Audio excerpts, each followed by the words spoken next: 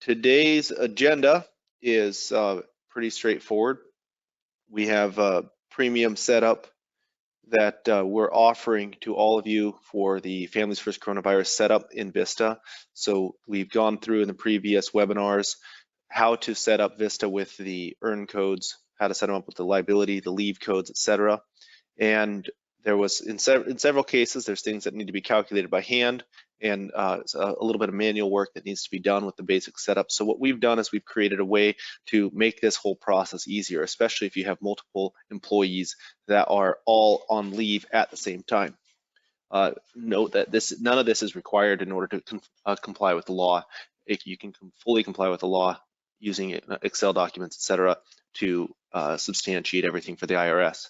We just wanted to provide a way for all of you guys to understand and understand it a little bit simpler and have availability for some consulting time to get it all set up, and then also have it run some of the math for you, especially when it comes to calculating medical percentages, etc.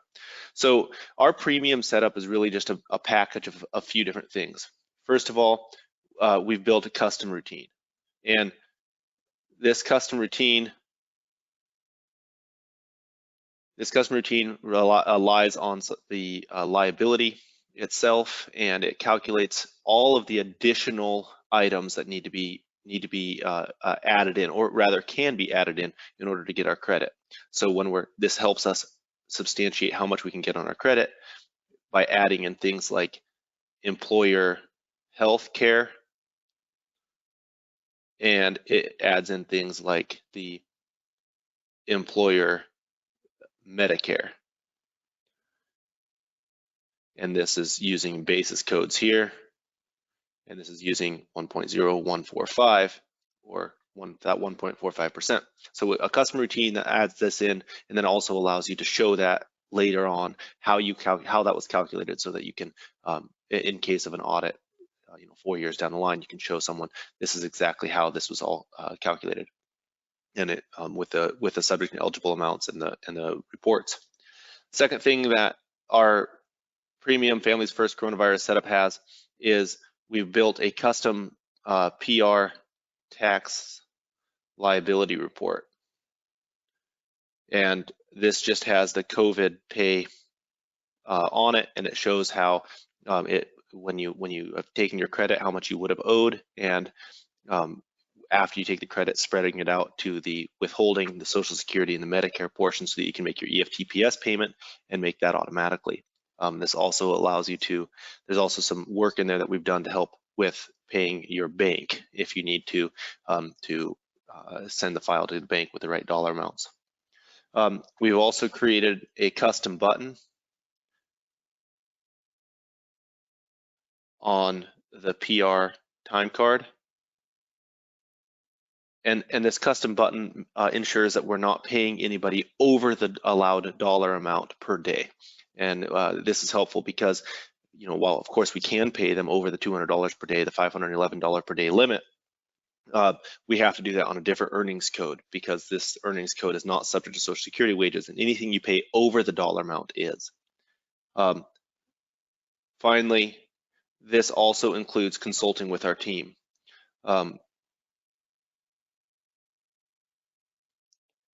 And so when we're setting up this custom routine, these tax liability reports, the custom button, etc., we also are going through a full checklist of items for all of the basic setup, looking at your earn codes, looking at limits, looking at the leave codes, and trying to understand, work with you on how you want to have that set up, helping you set up things like GL codes for the COVID reimbursement, setting up the miscellaneous income code, setting up your PR tax departments, the PR departments, so that we get the liability code to the right place. In some cases, if you're charging all of your COVID things, like we've seen many people do, to a job, setting up your JC departments correctly. So we're going through and working with you to not just install these things, but also working with you to make sure that everything in the basic setup is set up correctly, so that these things will work right. We also will help you by teaching you how to use these things on an individual basis. So all of this is what we've built, and the reason we built this was because people were asking us, Silvertrack, can you please help us with this? This is kind of complicated. You know, one thing I really appreciate about Vista is that we didn't have to build any of this. This was all possible to do because it's a flexible enough program with the basic setup. However, when we were seeing that people were having 10, 20, 30 people off all at a time, especially calculating the employer health and calculating the employer Medicare in certain situations, got fairly complex. And that required the use of Excel and making sure that you had good backup on that every single time. And so we wanted to build something to allow people to be able to do this quickly. We are charging for this.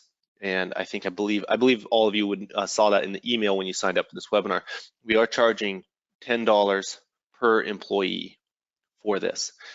This is per active employee. So if you guys have, right now you have 280 employees, this would be $2,800. If you have 22 employees, this would be $220. And we priced it that way so that we could get it out to the most people possible. This also includes support into the near future. So, as you guys are running payroll and that kind of thing, you can call us, email us, etc., and get support, make sure that everything posts correctly. And if the law were to change, although we don't anticipate that at this point, or additional guidance comes out from the IRS, that small tweaks to the custom routine would happen. Now, all of this webinar today is assuming that you've been to the previous webinars, assuming that you've set up the basic setup. I'm jumping into this I'm not explaining things like how to set up the earnings codes and how to set up all of that. If you're looking at me going, Michael, you're kind of jumping in at a high level, I encourage you after this webinar to go and watch the previous webinars. There was an excellent one last week that's available on Viewpoint's website that goes through all of the setup that Gary Gilmore did. And then there's also on our YouTube channel, like Jenna talked about earlier, there's the one we did earlier this week for how to process payroll, and the one we did a couple weeks before that on how to set up the basic setup. All of those are available. We also have all of the basic setup guidelines there. So if you're wondering, if this is your first time with us and you're wondering what this is all about, I'm going in with the assumption you've been to the previous webinars or you're familiar at least with the documentation. So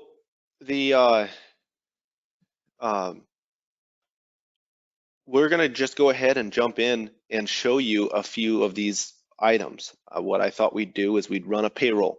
And just like we did on Tuesday, for those of you who were on the Tuesday webinar, we would actually run it all the way through inside of Vista and show you how these individual things work and where they're set up. So I'm going to go ahead and switch over to my other screen and show you there. All right. So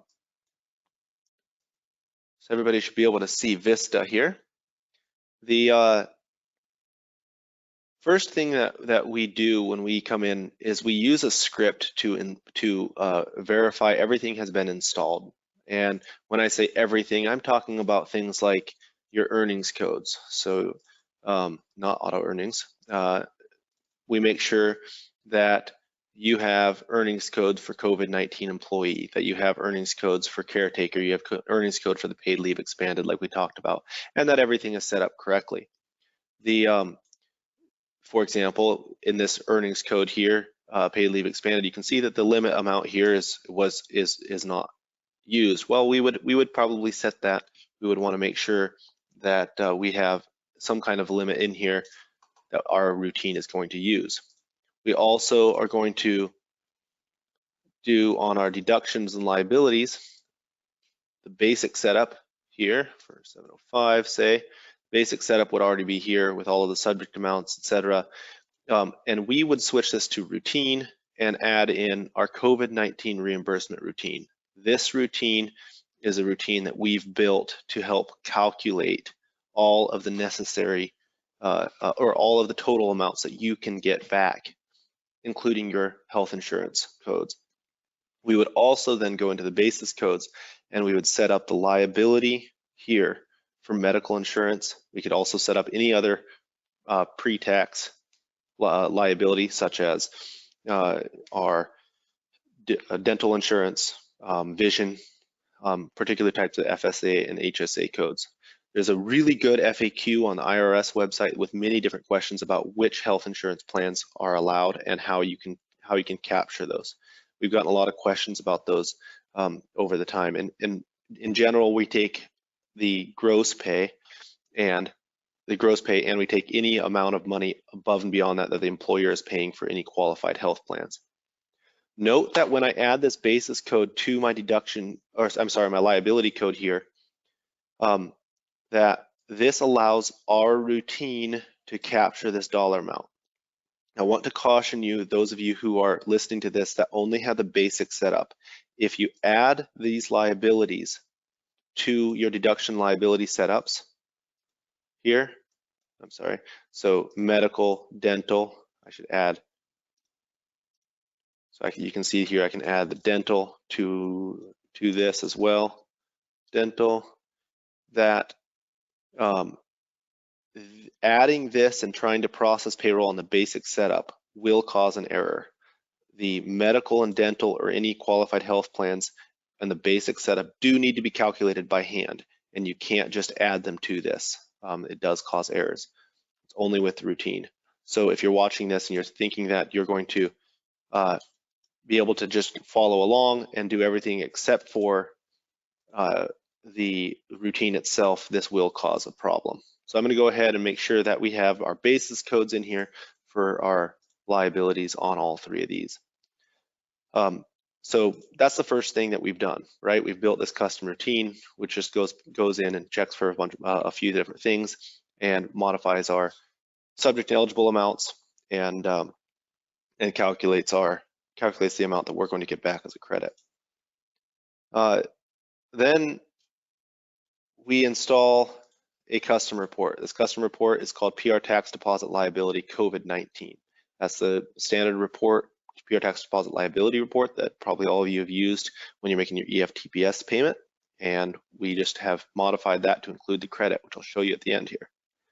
And then we install a custom button. Well, the button is pretty easy. So in order to show that, I'm just going to go into my pay period control and show you what I've done. So first of all, I have a salary group for last week. I'm going to go ahead and pay everybody for last week. You can see I have my always code set up and everything is set up here just like normal. Beginning date 4/6.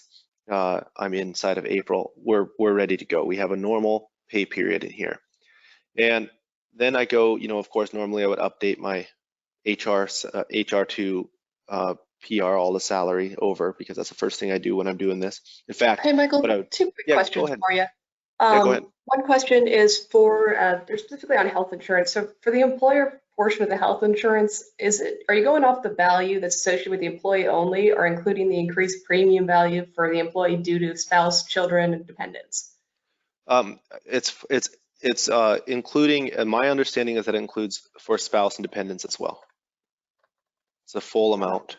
It's the full amount that the employer is paying on behalf of the employee. Okay, and then also if we're only posting a monthly cost of health to our employees and not weekly, will the custom routine be able to still calculate the health credit each week? The answer is qualified yes. So when we're working with you to install the custom routine, we would look at various ways to make that work. The custom routine will pull that, but there are chances that if we left it alone, exactly alone, then it would cause slight errors. So during the consulting, when you're doing monthly, we would show you how to use the routine such that it would pull the right dollar amount for that week's pay, because we can't take the full month's credit for just 1 week's worth of COVID pay.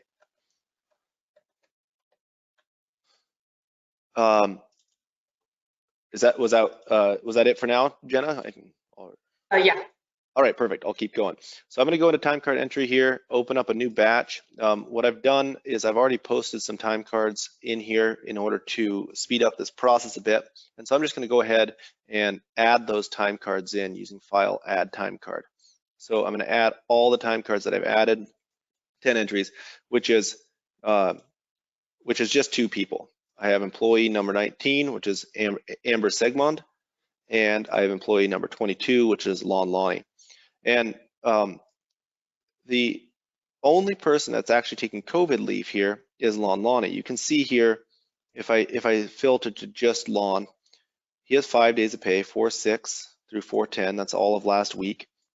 He worked on a job 3 days, and he got paid $37 an hour, his normal rate of pay. And then we have on the last 2 days of the week, 101 or COVID-19 caretaker. So COVID-19 caretaker has, if you'll recall from the other sessions, it has a limit, a daily limit of $200. And so here we have him getting paid $296.92, which is his normal pay. And in this case, we would want to limit this out. What we talk about in the basic setup is that, you come in here, you review everybody, enter everybody in on a daily line item, just like we have here, and then review this and change the dollar amounts manually. This custom button is very simple. All it does when we do it, it updates the time card lines that are associated with the COVID earnings, and it adjusts the rate of pay and the dollar amount down to the allowed amount per day. So it just ensures that you don't overpay somebody more than what you can get the credit for, which would cause other problems too, like, for example, your Social Security limits and the subject and eligible amount there. If you only had 2 lines, of course, you could just go in here and do this manually. But when you have multiple lines for multiple people, maybe you have, several hundred people on your payroll, and of those 30 or 35 of them are all taking some amount of some kind of COVID leave, it can become a fairly rigorous process to get this. So this just simply limits it down to that dollar amount. Now, just as a note, if I was to use 100 in our case is the employee code, and I was to give Amber a large raise to say $100 an hour. I'm sorry, yeah, $100 an hour, so $800 a day. This would also limit it here down to the $511 per day there. In other words, just under $64 an hour. But in our case, we do only want her to have the 101, which is a caretaker, because that's what she actually had. So we'll update that, and you can see there she has $25 an hour. So that button just simply limits the earnings down on the time card lines themselves, and you do that prior to posting your time. I also have time for Amber here, but this is all normal time. There's no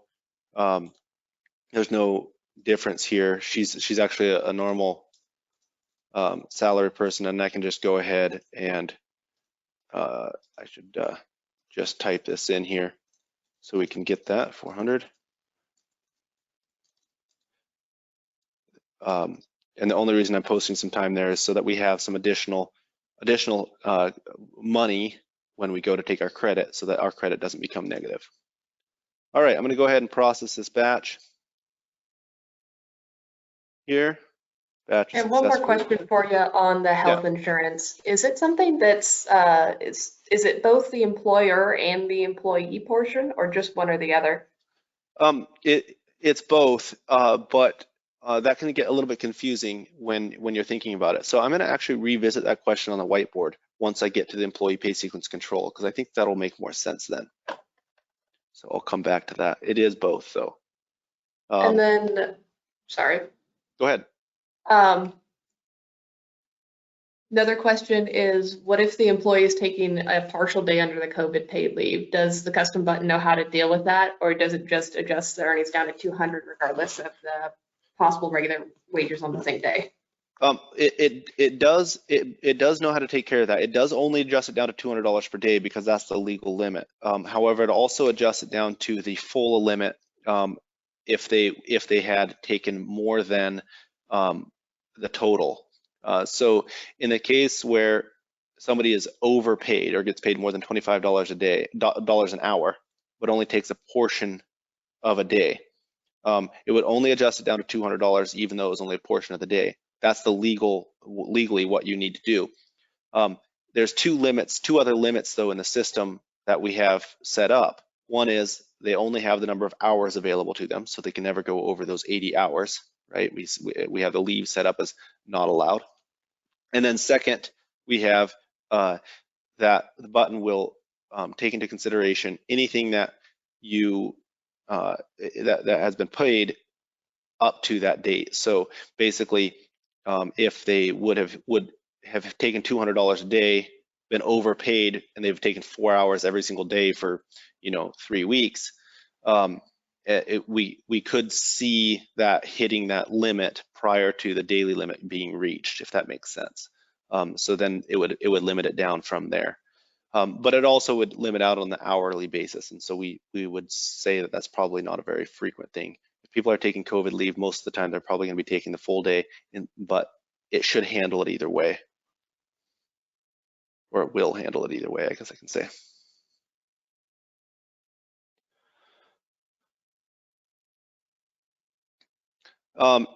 Okay, employee pay sequence control. So this is, we're gonna go, normally I guess I would start in the payroll process if I'm following my checklist, and I'm just gonna go ahead and process this for everybody. But in employee pay sequence control, then we're going to see Amber. So this is our standard code, right? Our $2,000, our standard deductions, our standard liabilities. There's nothing happening here other than a normal payroll. This person, Amber, just worked. Everything's fine. She has her normal deductions and normal liabilities. It's Lonnie here that had 24 hours of regular time and 16 hours of COVID time. And so here we have a couple of things to point out. First is we have our medical insurance. So this is a deduction, a medical insurance deduction. He gets $500 taken out of his check every single week for his medical. It's a very good plan. And this is important to note not because we're going to take a credit for it specifically, but because it is reducing our liability, our subject to our eligible liability later on.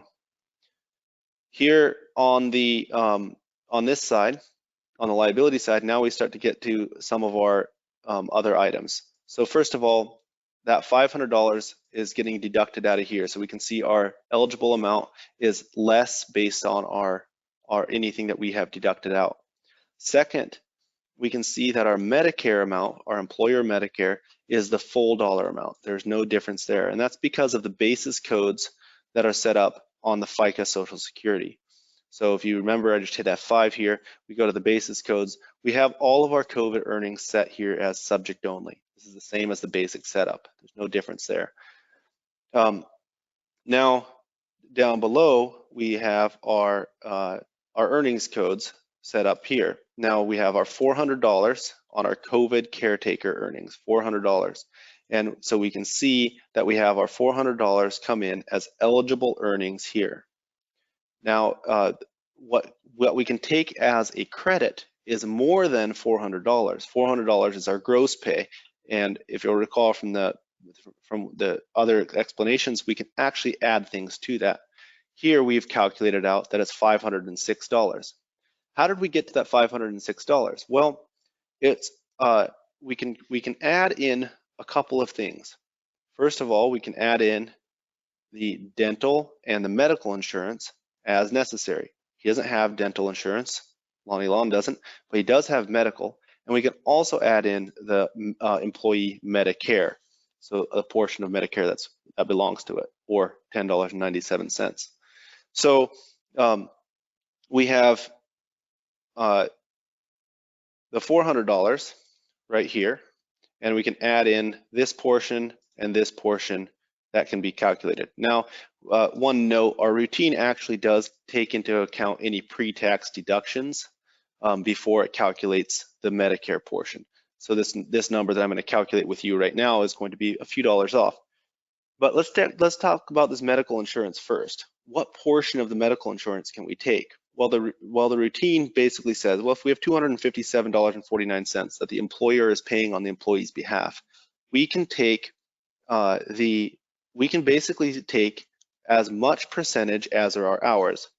on COVID pay. In this case, 16 hours out of 24, 16 divided by 24, I'm sorry, 16 divided by 40, or 40% of our hours are COVID hours.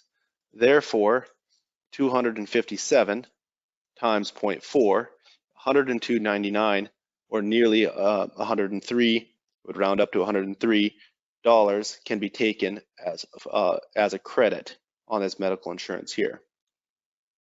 Then we can also add in the portion of the Medicare. Now, like I said, it's going to be a few pennies off because it takes into the account any pre-tax deductions. But we can say 1097 times 0.4, we're going to get $4.33 here, plus 4.38 cents, and we have 107.38. And so it would actually be slightly less than that if we took our because we have to take into the account the portion of this, so it's going to be slightly less than that. But you can see 107.38. We add that to our gross wages of 507.38. Now you can see that this is exactly $1 or nearly exactly $1 off, and that's because of the Medicare.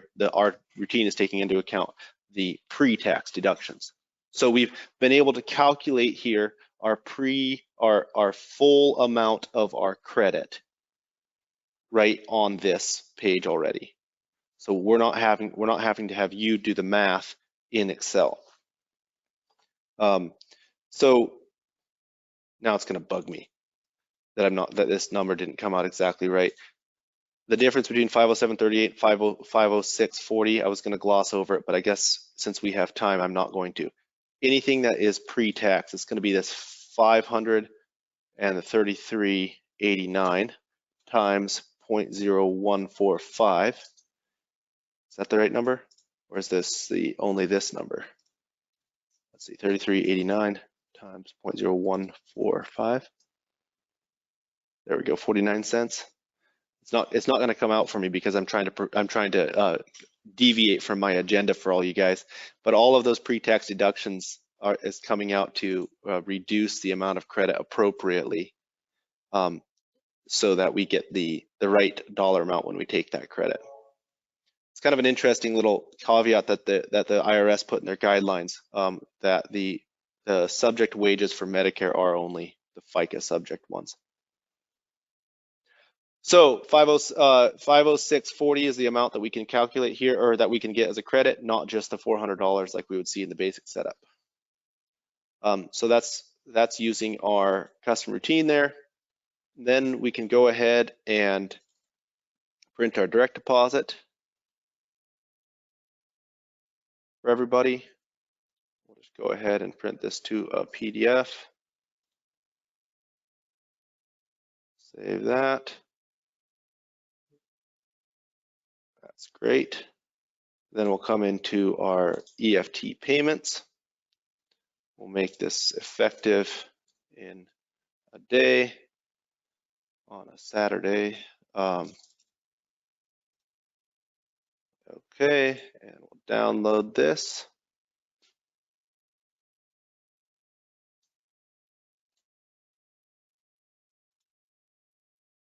Did I do that? There we go. Okay.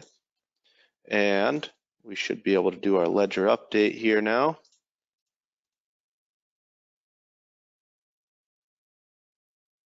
Errors were found. Uh-oh. What are my errors? Payroll missing GL account, department 2.1. So I have this is part of the payroll processing that we would expect that if you guys ran into any kind of error like this, that we would come in and help you. We would by phone or by email. Of course, I didn't actually expect this. I would have you guys that were on the call on Tuesday know that we set up our example excavating and our Silvertrex systems here to actually run. But what's happening here is in the PR department master that the 2.1 doesn't have our new liability type here. And so it was giving us an error. So this liability type here, that should be going to miscellaneous income in our case. we've chosen to put it into miscellaneous income. Some people are choosing to put it to a negative liability. There we go. Wasn't set up correctly. Let's validate this again.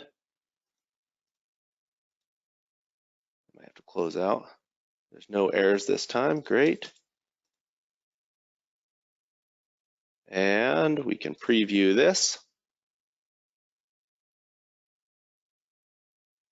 So you can see here that that full 506.40 is being calculated. Here, it's debiting our COVID-19 reimbursable. Under the basic setup, this would have only been the $400, but in this case, it's both the Medicare and the medical portion. And then also it's coming down to our 904 account, which I actually just set up here in that PR department. So that's being calculated appropriately there, 504.40. Go ahead and post this. So we're done with payroll for the week. Once we're done with payroll for the week, our pay period is updated, and we can come and to make our EFTPS payment. So this EFTPS payment, this PR tax deposit liability, you can see we have basically just taken the standard liability. We've added in our 3 additional codes, which is our sick, caretaker, and family. We can take the beginning and ending paid date. So we'll just make sure to include what we just did and preview this here. And we can see that our total amounts coming in here. Now let's try to walk through this report and make sure that you guys understand what's going on. First of all, we can see on our standard line, just like you have on any other payment, our federal withholding amount, our FICA Medicare, FICA Social Security, FICA Medicare, and our total federal deposit. So this is everything that's owing to the IRS for all of our payroll. So in our case, it's both for Amber and for Lon. We have a credit to take then that we can see here, 506.40. In our case, we have slightly more credit than we have to pay. And so this 468.17 is the total amount of the credit we can take on this EFTPS payment, and it reduces our federal withholding down to 0, our FICA down to 0, our FICA Medicare down to 0, and our federal tax deposit down to, total federal tax deposit down to 0, giving us our full amount of our federal tax deposit is 0. We don't have to submit anything at all, and we can use Form 7200 to grab the remaining credit. In a normal payroll situation, it's unlikely that 50% of your people would be experiencing COVID wages or COVID pay at a time, or at least I certainly hope so. But if that is the case, you actually can get your portion of the 3823 back on Form 7200. In our case here, our 506.40, the full amount of the 506.40 has been taken into account, spread out over our wages, and brought in as a remaining credit. Note that if you choose, you could take this remaining credit on the next EFTPS payment rather than trying to get that back, especially for a small dollar amount like this. That might make more sense. You might get it sooner. So this is the standard report with the COVID credit added on and an additional line shown here. If you guys are monthly depositors, you would run this for the full month of pay, and there would be an additional line per month. If you're weekly depositors like most people, then you would see the report that looks exactly like this. So basically, we just ran through the entire pay period, entering in the lines, entering in and running the custom routine that calculates the dollar amounts, and making sure that we actually can take the full amount of the credit as it pertains to that week's pay and spread out over the federal withholding, Social Security, and the Medicare. So I wanted to come back to the question that was asked earlier, Jenna. Let's see here. There was a question. Let's see here. I want to make sure to share. Go back to my screen too. Okay. So the question that Penny had asked earlier was: does the routine take into account both the employee and the employer medical. And if you read the IRS FAQs, you'll see that both employee and employer are eligible for the credit. But it can get kind of confusing. And here's the reason why. Let's just say that in the case of an employee that has 100% of medical wages in a week, I'm sorry, COVID wages in a week. Let's just say that they get the full $2,000 in COVID pay in a particular week. And of course, we have our employer liabilities on top of that. And so we have two portions of our employer liability. We have the Medicare amount, right? Medicare amount. And then we also have the employer portion of health insurance here, right? So this is the health insurance employer. Out of the wages, out of their standard wages, so in this case $2,000, there is going to be an employee deduction. And so we'll just say for this person that we have another $200 that comes out as a deduction here. This is the health insurance employee portion. And so the FAQ, the question was asked of the IRS, apparently frequently enough that they put it in their FAQs, can we count this health insurance for the employee as well as the health insurance for the employer? And the answer was yes. But what you saw in the routine was that we weren't counting that dollar amount. We weren't counting this $200 as part of our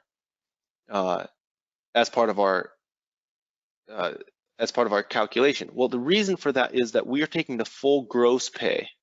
So we're taking the full gross pay here, and then we're adding to that the medical on top, Medicare, sorry, and then we're adding to that the health insurance for the employer on top of that. If we were to also add the $200 for the health insurance for the employee, we would actually be double dipping because it's already included in our $2,000 here. So we actually can't do that. We can't include that in our calculation again because it's already included in our gross pay. So I hope that answers your question. It is being calculated, but it is taking the full $2,000. It is taking the full gross pay.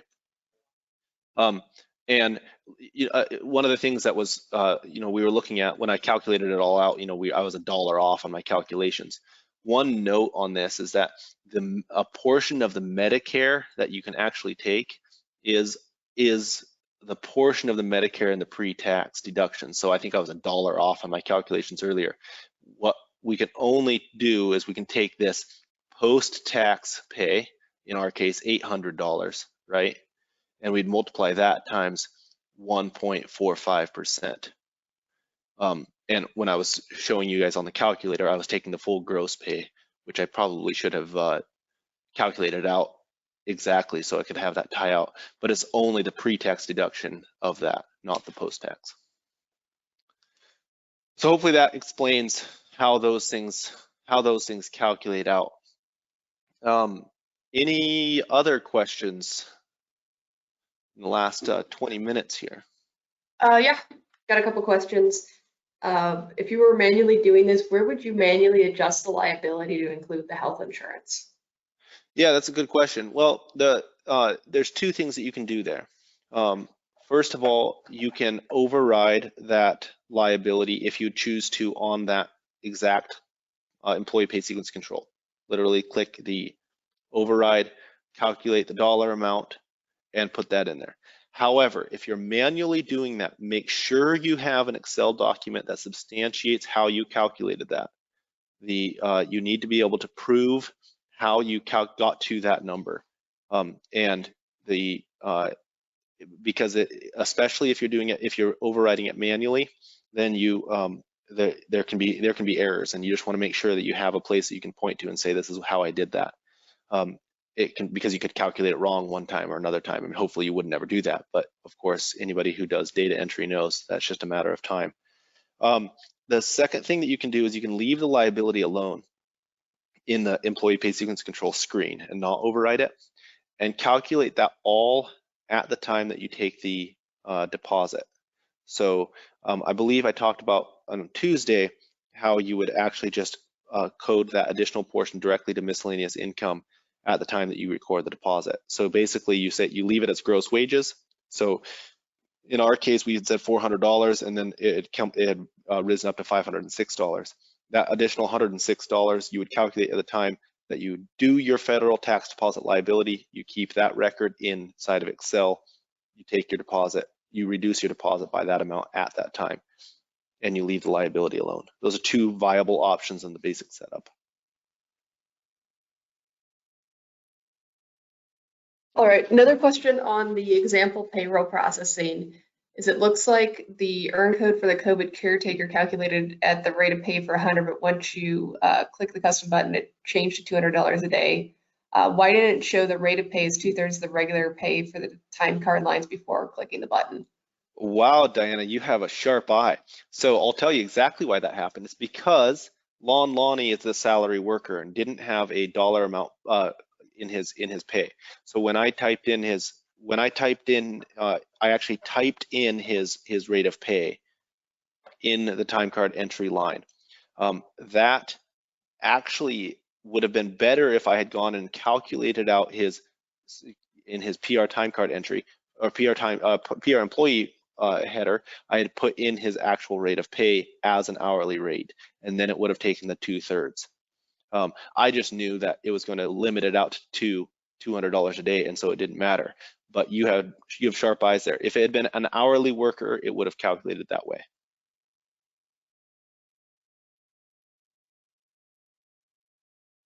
Next question, are there any restrictions on union H&W?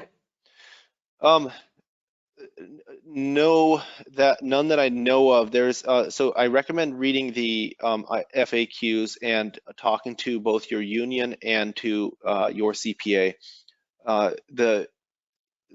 Anything that is considered pre-tax is generally considered available for credits, and so the union health and welfare is available for credits.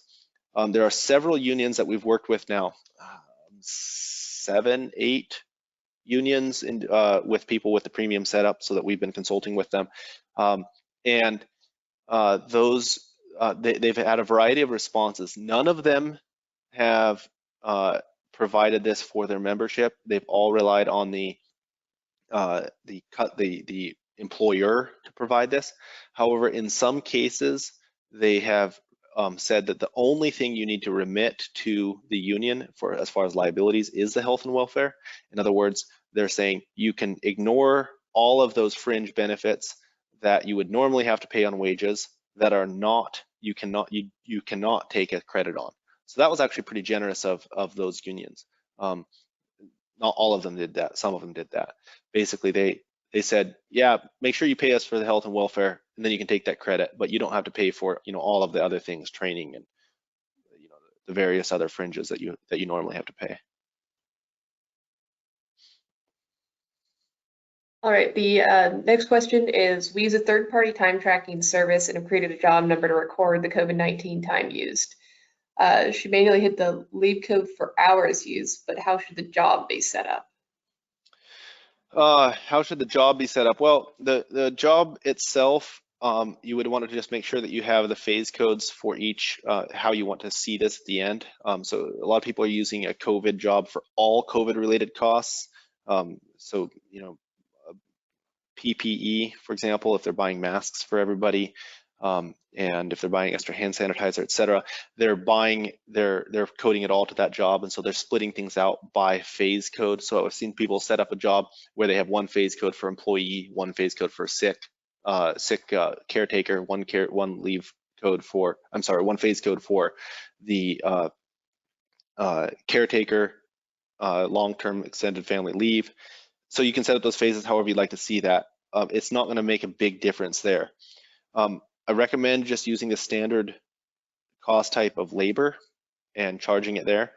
And the JC department master will need to be set up to include that liability type as an override if you want that to go to your miscellaneous income. In other words, if you want the credit to go to miscellaneous income instead of hitting that job. Otherwise, you'll see that credit hit the job and reduce the expense on that job. And not everybody, some people want to track the expense to that job, but they want to see the credit hit somewhere else. They want to see it on the credit hit to that job's GL account, which generally will be in the 5,000s, your direct cost, but they want to see the credit hit the 9,000s. But basically, set it up in the JC Department Master. Make sure you have your liability type override there. All right, and if the hourly rate isn't used because all the rates are based off of craft and class code set up in templates, do I have to enter in an hourly rate on the PR employee page, or will the craft and class still be used for calculating the rate if the 2/3 is needed? Excellent question. Two parts to that. First of all, if you guys don't have a salary, a basis for pay when you're not using a craft class template, generally speaking, companies who are working, non-union companies who are working prevailing wage will establish a rate of pay for an employee when they're working private wages or working in the shop or whatever, and that will be on the employee header already. If you don't have that and you always rely on the craft class, always rely on a template setup, the answer is that it will calculate that if you have a craft class template tied to a COVID job. And then that button that I showed will limit those earnings correctly, yes.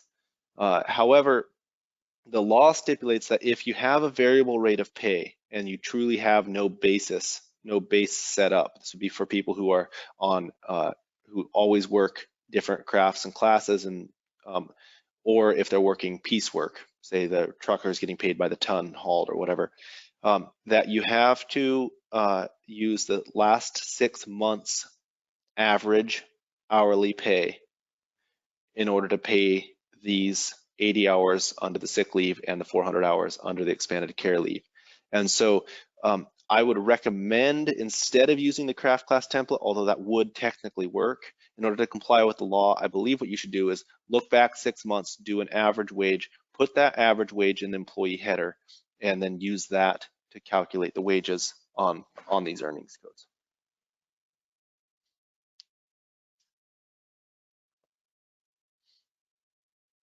That's a good question there. That would also be true for hours. So one of the things that that comes up fairly often, and when we help people with on the consulting side, is what happens if I have a part-time worker? And the law also stipulates, similar to the wages, that you have to go back 6 months and establish a weekly hours worked. So if you have a worker who has, say, who has worked an average of 20 hours, but then when you look at the actual average, it turns out that it was actually 23 hours. That 23 hours is the basis that we're going to be using to pay them going forward. So they don't actually get 80 hours at that point available to them. If they were working 23, they would get 23 times 2, or 46 hours available to them, and they only 46 hours. They wouldn't get the full 80 available. And so we help people set that up in the leave code setup, and then also take that into account other places. And it looks like the liability needs to also be added on that JC liability template if you're using a job to cost. Oh yes, that's correct. Good point. That you would have to add that JC to the JC liability template. Many people just have a single liability template set up. You could also set up a brand new one for COVID earnings. So that's absolutely true. Thank you for that.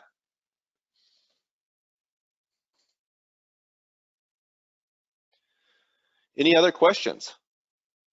I'm not seeing any in the questions panel. Okay. Definitely feel free to, if anybody has anything, please jump in. So I'd like to just point everybody to our website, silvertrek.net. This is our main website here. Right at the top, we've added a little banner so it's easy to navigate. If you click on this, you can get to all of our information, including the basic setup, all of our webinars. Our webinar recording from today will be here.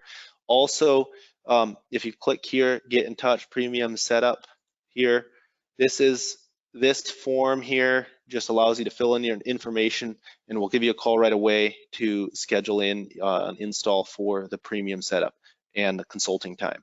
So it takes between 1 to 4 hours, depending on what you guys have set up and how many questions you have. But generally speaking, we'll have you up and installed within an hour, hour and a half, and we'll give you, we'll help you get all of those things there, and then walk you through all of your individual questions and all your individual setup. And so feel free and use this registration form and get that in.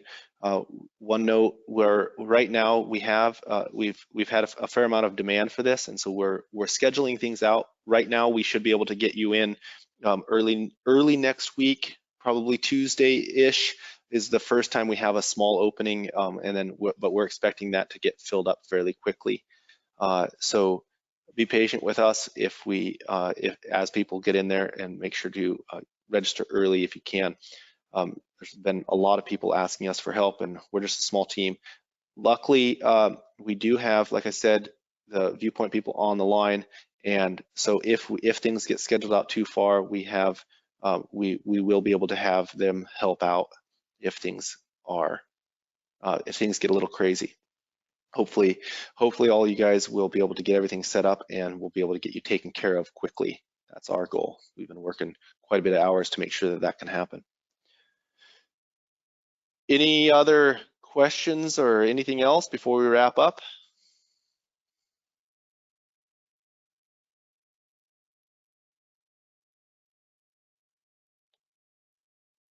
Okay, well, thank you all very much for coming today. I sure appreciate it. Jenna will get this up on the website quickly, and as soon as it is, we'll send out a follow-up email, so you guys should be able to link directly to it and review this. If you have any further questions, feel free and email me or Jenna, and we'll get to those. We'll try to answer those as quickly as we can.